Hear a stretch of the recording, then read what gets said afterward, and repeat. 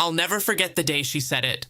We were sitting across from each other at our favorite little cafe, the one tucked down a side street where the barista knew our orders by heart. The late afternoon sun spilled across the table, painting everything gold. But there was nothing warm about that moment. Her eyes were steady, daring, almost smug. She leaned forward and asked, almost like a challenge, "My ex wants me back. Give me one reason to stay with you instead." For a moment, I just stared at her. The words weren't just audacious, they were cruel. She wasn't asking for reassurance. She wasn't expressing doubt. She was testing me, daring me to justify my worth in a single sentence.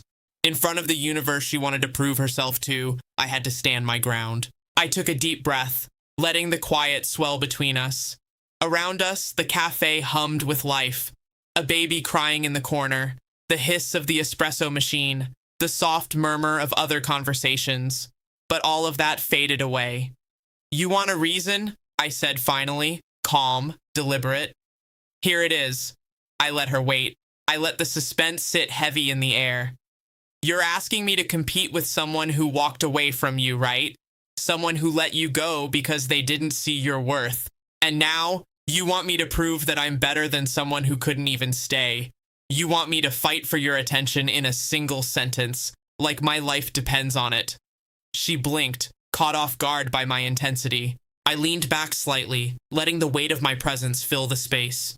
"I'm not going to argue with your past. I'm not going to yell, beg, or fight. If you want to leave, that's your choice. But I will not lower myself to compete with someone who already failed you. I don't need to justify myself to prove my worth. My actions, my life, and my patience will do that." Her lips parted, and I could see the tiny flicker of panic in her eyes.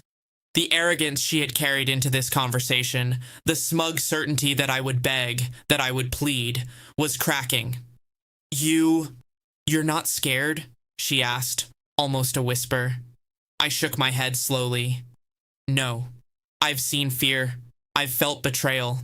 I've watched people underestimate me. And here's the truth. The more you try to force me into proving myself, the more you reveal how little you understand who I am. You're asking me to validate myself to someone else's standards, and I refuse." Her ex had walked out of her life years ago. Now she tried to use that past relationship as a weapon to control me, to test my loyalty, to ignite jealousy. But she didn't realize that the real power doesn't come from reaction. It comes from restraint, patience, and self-respect. Over the following weeks, she tried to tempt me. Subtle messages, half-hearted apologies, late-night texts meant to provoke insecurity. But I didn't react. I didn't chase. I didn't allow myself to be baited. I stayed calm, steady, and focused on my own life.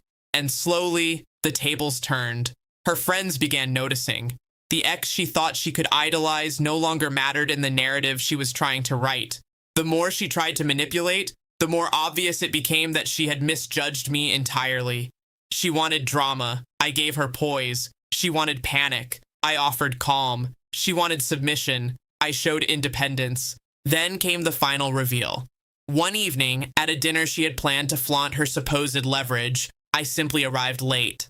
I walked in, composed, confident, laughing lightly with friends who had seen my transformation.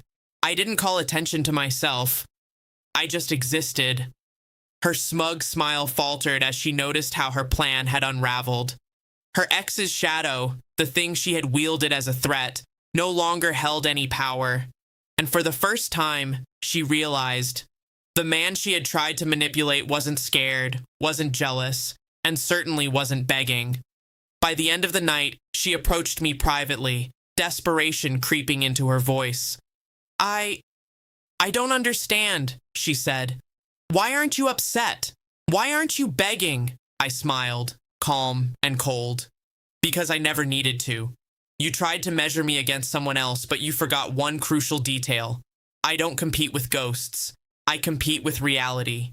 And the reality is, I am exactly who I am. I don't need to prove it to you, or anyone else." The realization hit her slowly. She had underestimated patience, composure, and the quiet power of someone who refuses to be controlled. She had tried to provoke a reaction, but all she got was calm inevitability. Weeks later, she tried again, subtle comments, hints that maybe she could tempt me into insecurity, but I remained untouchable. My life had moved forward. My friends, my career, my self-respect had flourished.